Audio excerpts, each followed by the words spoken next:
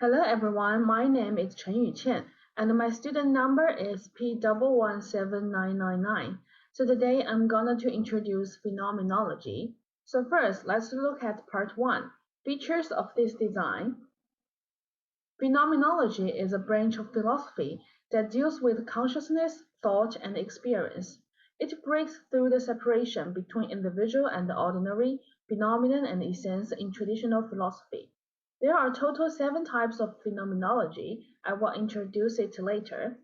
As for the data collection method, we have totally 3 methods. The first one is interviewing individuals. The second one is collecting documents or pictures, and the third one is observation. And as for the data analysis method, we can following systematic procedures and moving from narrow units of analysis and onto broader units.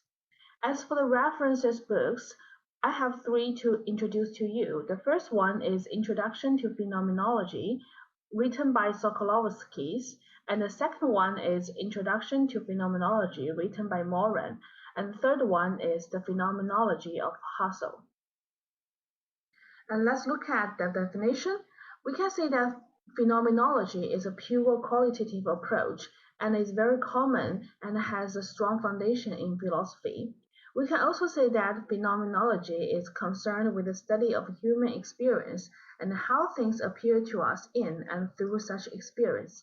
So to sum up, we can say that phenomenology is the thing that back to the things themselves.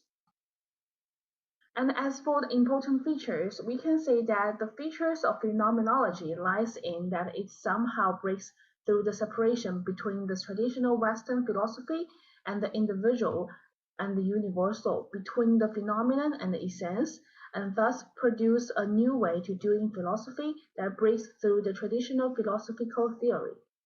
Then you say phenomenology is not a theory, it's not traditional theory. It doesn't care much about the architecture and that builds that concept. It focuses on showing how the individuals and the universal connect in different situations and circumstances, showing the essence of this living phenomenon. This essence is not to be traditionally understood. In fact, it refers to the most crucial and unique things, which cannot be reduced to a ready-made reality. It is constituted on the spot and is critical and universal. And there are totally 7 types of phenomenology. The first one is transcendental constitutive phenomenology. It describes how is the object of study constituted in pure or transcendental consciousness. And the second one is naturalistic constitutive phenomenology. It describes how does consciousness function in nature.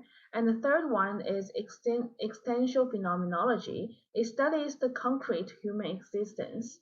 And the fourth one is generative historicist phenomenology. It tells us how does research meaning arise over time in the historical course of collecting experience. And the fifth one is genetic phenomenology. It studies the genesis of meaning of things. And the sixth one is hermeneutic phenomenology. It studies the interpretive structure of experience. And the seventh one is realistic phenomenology. It studies the structure of consciousness assuming a real world.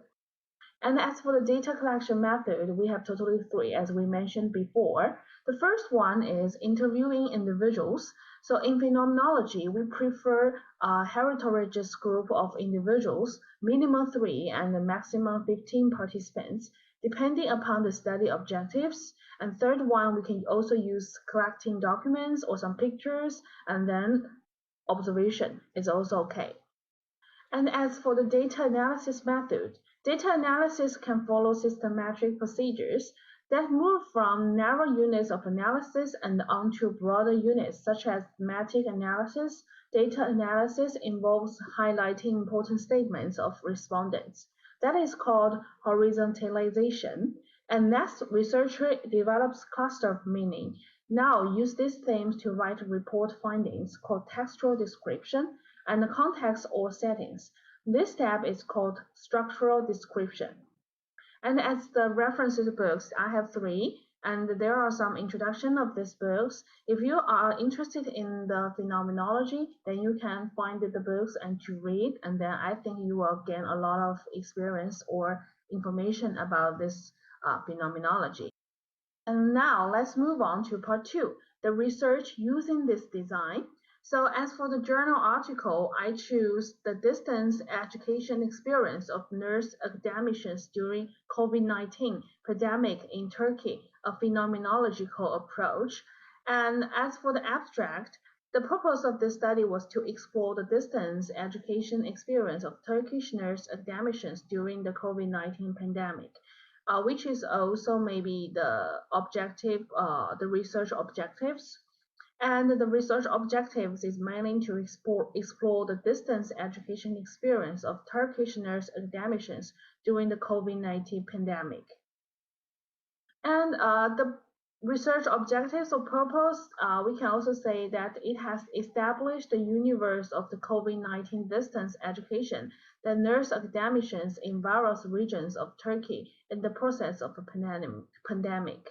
And the participants is the nurse academicians, and the number of the participants is totally 18.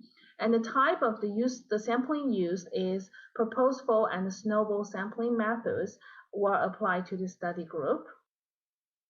As for the interview questions, so the first part of this interview form is related to social psychology and distance education. In the second part of the interview form, the following nurse asked 5 open-ended questions about distance education in the process of COVID-19 democratization.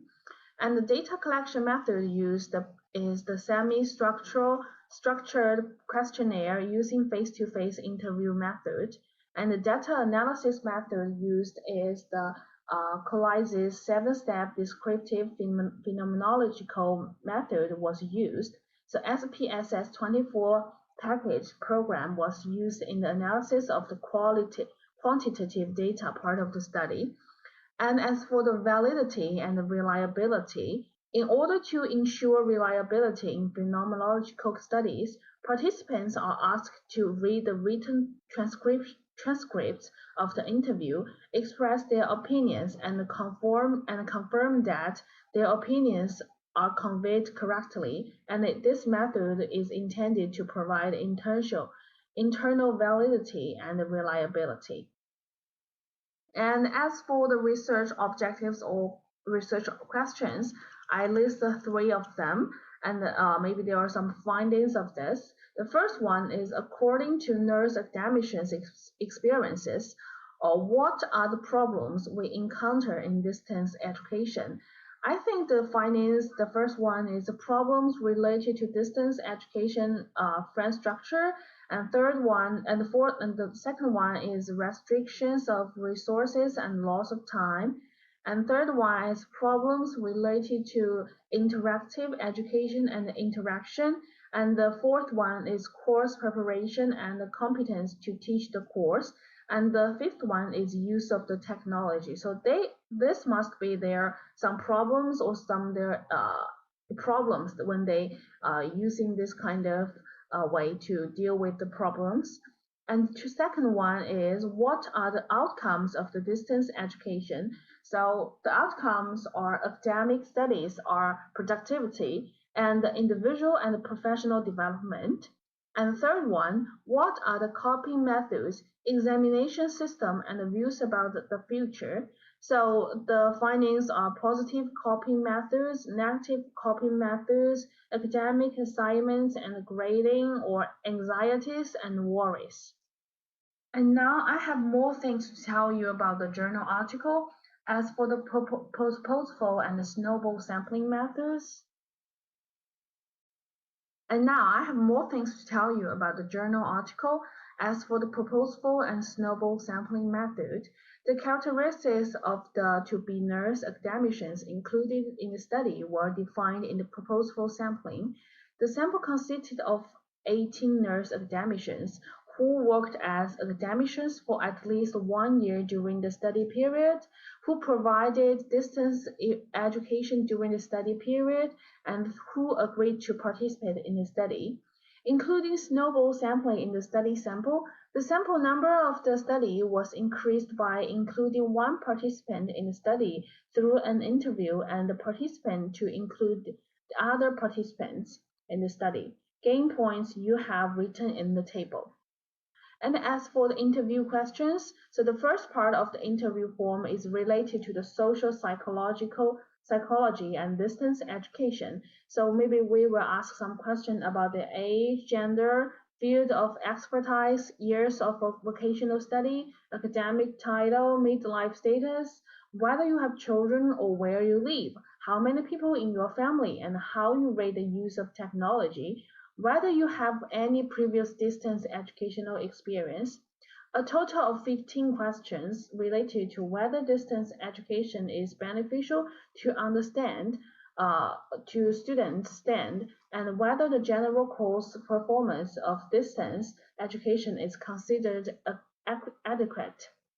In the second part of the interview form, the fellow nurse asked 5 open-ended questions about distance education in the process of COVID-19 decolonization, such as difficulties, achievements, coping methods encountered in the distance education process, what was done for personal and professional development in the distance educational process, perspective, anxiety, and content concerned.